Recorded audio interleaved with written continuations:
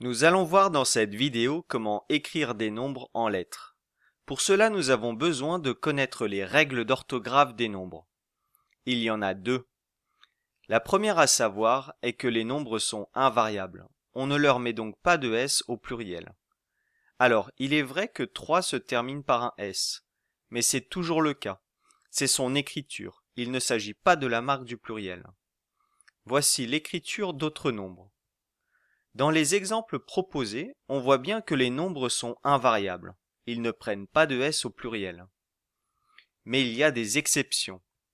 20 et 100 prennent un S au pluriel lorsqu'ils ne sont pas suivis par un autre nombre. Et les mots million et milliard sont des noms. Ils s'accordent au pluriel. Par exemple, si on souhaite écrire 200, 100 est au pluriel puisqu'on a 2 centaines, et 100 n'est pas suivi par un autre nombre. Il prend donc un S. En revanche, si on veut écrire 206, 100 est toujours au pluriel, mais il est maintenant suivi par un autre nombre, 6. Il perd donc la marque du pluriel. Pour écrire 80, on remarque que 20 est multiplié par 4, car 4 fois 20 est égal à 80.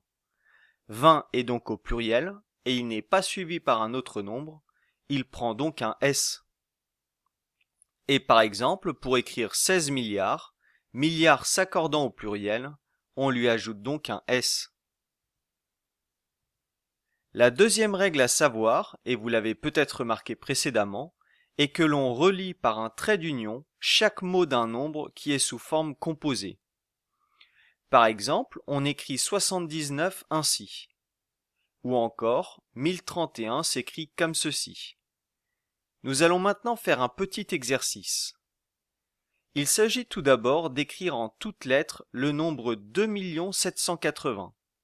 Dans un premier temps, nous allons l'écrire tel qu'on le lit, en respectant juste l'orthographe de chaque nombre. Puis nous allons maintenant appliquer les deux règles. Mettons en couleur les nombres susceptibles de prendre un S. Commençons par million. Il s'accorde au pluriel. On lui ajoute donc un S. Voyons maintenant 100. Il est au pluriel, car multiplié par 7. Il est cependant suivi par un autre nombre, 4. Il ne prend donc pas de S. Et enfin, 20 est au pluriel, car multiplié par 4, et il n'est pas suivi par un nombre. Il prend donc un S. Et on relie maintenant par un trait d'union tous les éléments qui composent ce grand nombre. Si on ne précise pas le rang des chiffres d'un nombre entier, on sait que forcément le nombre écrit est le nombre d'unités. Nous ne sommes donc pas obligés de le noter, cela se comprend, il n'y a pas d'ambiguïté.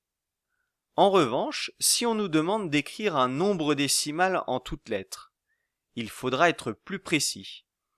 Par exemple, ce nombre peut s'écrire 95 unités et 31 centièmes, ou 9 dizaines, 5 unités, 3 dixièmes et 1 centième, ou encore 9531 centièmes. Et il y a encore bien d'autres possibilités.